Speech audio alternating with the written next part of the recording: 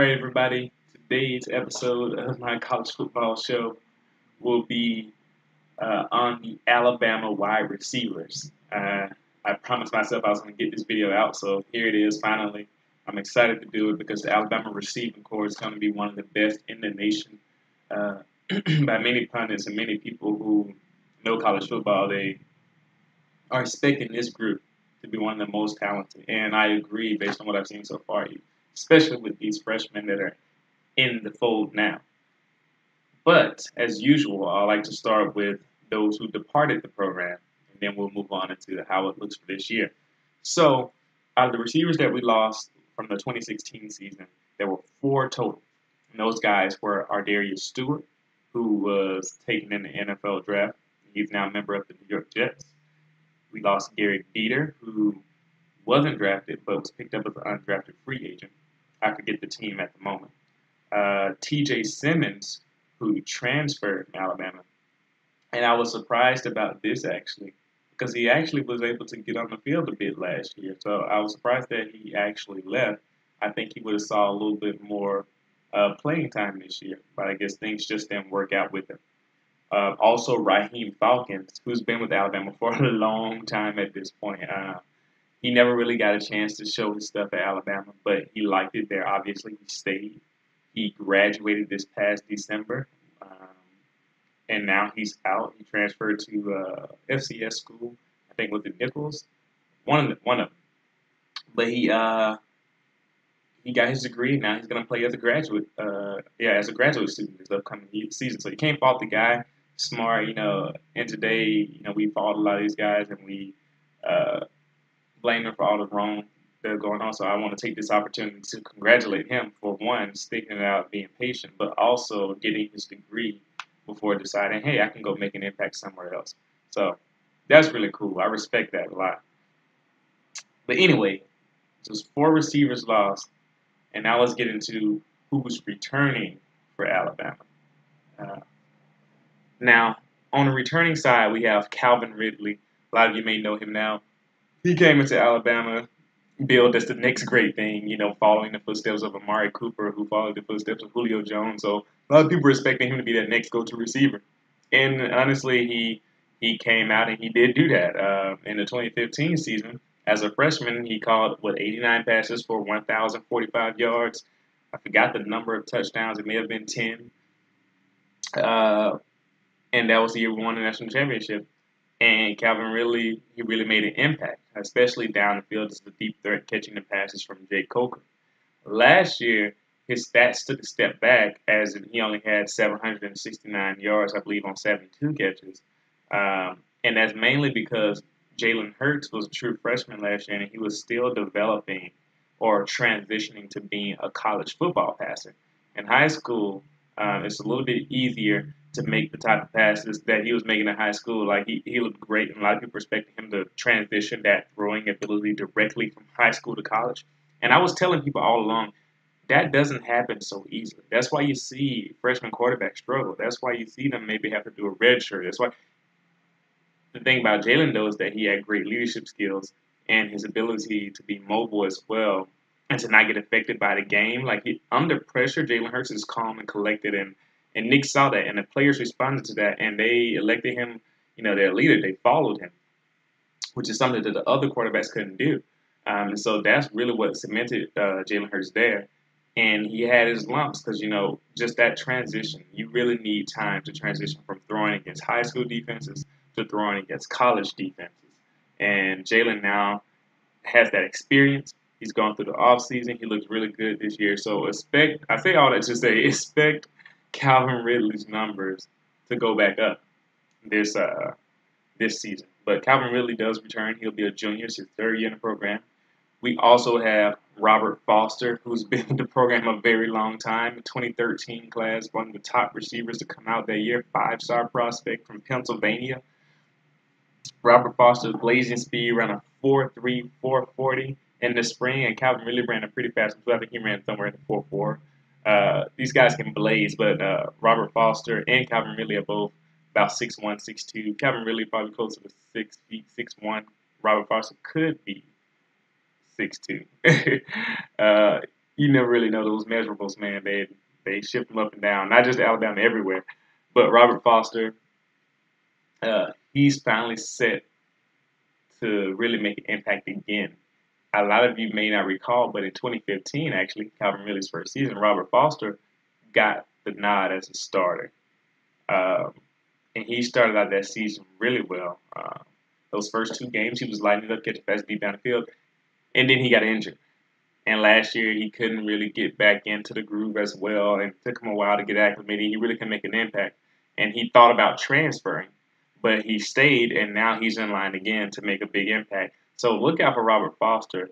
So if we know what Calvin really can produce, and what Robert Foster, what he showed in those first 2 or 3 games from 2015 season, he plays that out over the course of this season as two very good starting wide receivers.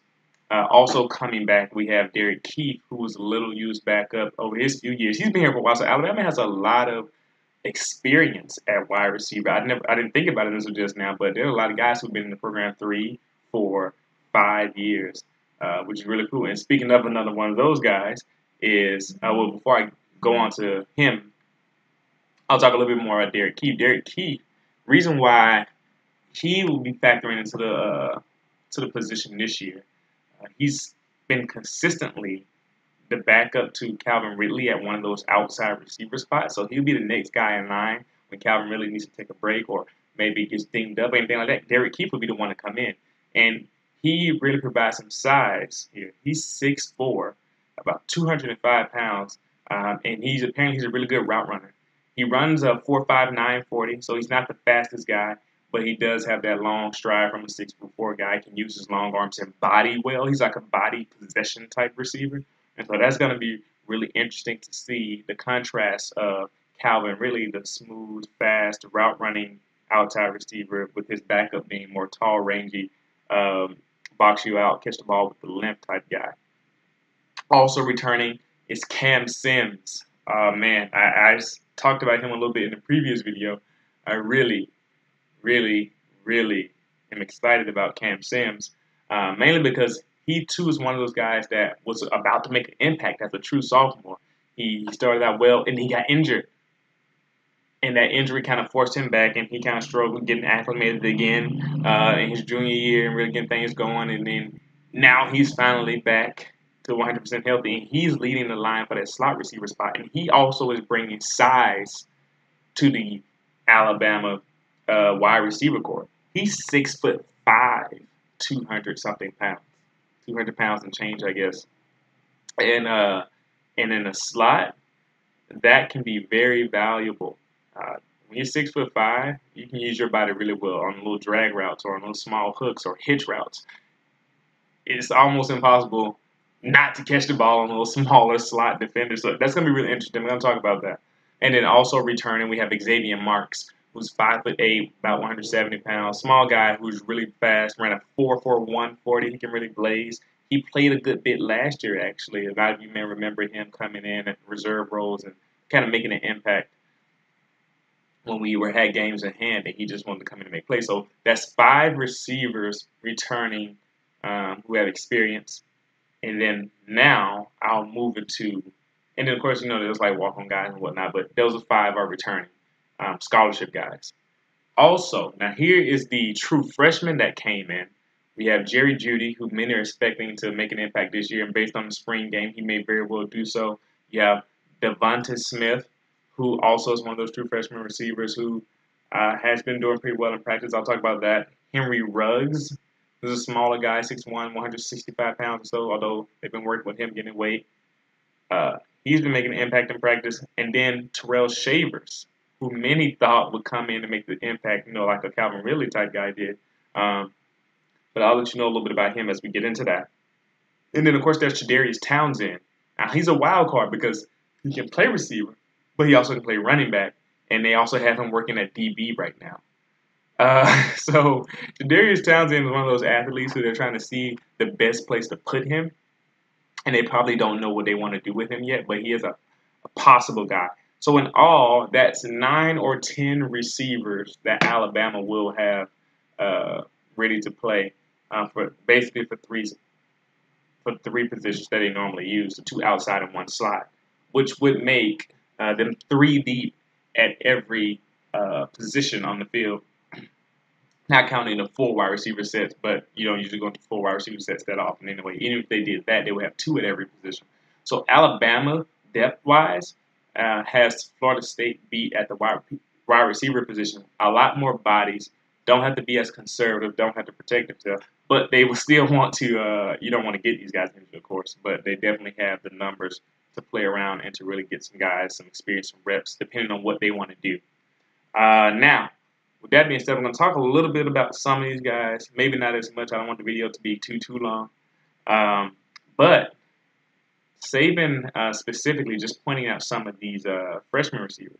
Well, let's just talk a little bit about Jeudy first. Jerry Jeudy came in, in the spring, so he enrolled in the spring, enrolled early, got a lot of opportunities to practice, and in an A-Day game, actually, he caught some nice passes. He even caught a fluky pass that flipped off the defender and landed in his hand, and he scored a touchdown. But he also showed off his good route running ability and to just beat bad coverage in general. He really beat some guys. I'm interested to see how he does against really good cornerbacks. I don't know how well he's been doing against, like Averett or like Fitzpatrick whenever he comes down to the corner position. So that's interesting. But he has made an impact, and he's impressing people in practice as he's been doing since he got on campus. So this is Jerry Jeudy for you. Now, Devontae Smith, Nick Saban himself said that Devontae Smith has been doing well out there. He said it was recently in the practice, they were joking around, the media was, they asked him a question, Nick Saban kind of been on a mini rant, but he was like kind of chiding, messing with the reporters.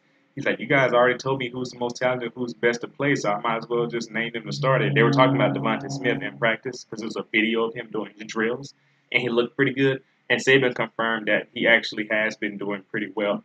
And he's consistently, Devontae Smith's been kind of in the running for pushing for that third, maybe even taking some of those second string reps for that one of those outside receiver spots. So Devontae Smith is really working. And then to go back to Jeudy a little bit, Jerry Jeudy himself actually is consistently second behind Robert Foster at that outside receiver spot on his side. So Jerry Jeudy is making an impact, and he is in line probably to see some good playing time this year. Now, with that being said, let's talk a little bit about Tyrell Shavers, who, in my opinion, I guess in my estimation, he hasn't really made as much of an impact as the other receivers, at least relative to the hype that he got. I thought he was going to come in, be above all the others, like everyone was expecting a lot. But he's not having as much impact as they are. He's consistently behind Jeudy, who is behind Robert Foster, so he's third on that depth chart or rep chart at this point in the offseason. In terms of making an impact and maybe getting on the field. There hasn't been much said about him in practice, so not too many people are making note of him, which can be a good or bad thing. It could mean he's not doing anything wrong, but it also could mean that he's not having as much as an impact. Who knows? At this point, I would predict that maybe he could be in line for a red shirt, but you never know. Saban likes to build depth, so at some point in the season, he may very well get on the field, depending on how he develops. Like I said, this is just the third week of fall camp. So this is premature to even make an assumption like that, but it's just fun to kind of see who's doing what. Also, who am I going to talk about next? Henry Ruggs, he's really been working on the slot, although they've been kind of flipping Jeudy, Ruggs, and Devontae Smith around, trying to see how they will perform at different positions. But Henry Ruggs III, he's consistently been the third guy at that slot receiver position. So you got Cam Sims, number 1. Then you have Xavier Marks, number 2 at the slot. So I talked about that already, that contrast between the tall slot receiver and then the smaller slot guy. And then now you have Henry Ruggs, who's like the middle ground between those two, actually, because he's like 6'1", but he's about the same size as Marks, and he's also blazing fast. So it's really interesting to see the depth and the quality of player that we have at the slot position. That's going to be really, really interesting to see how they use Henry Ruggs, or even if he gets to touch the field much this season at all. It would definitely be interesting. I think that's about all I'm going to say for now, because I talked a little bit about the receivers in another video. I talked about how the 2 starting receivers are Ridley and Foster on the outside, and they're both really fast and good route running. Like they'll probably use Foster more to take the top off the defense, send him down the field because he's fast, and just throw the ball up to him, while they allow Ridley to work his route running ability, intermediate and even deeper routes as well. They provide that combination can be very potent, especially depending on the route formations and combinations that they use.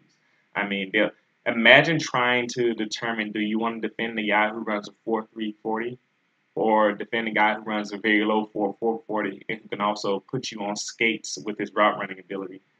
Imagine that on the same side of the field. Imagine Foster on a go route and then, Ridley on a deep dig. That could provide a lot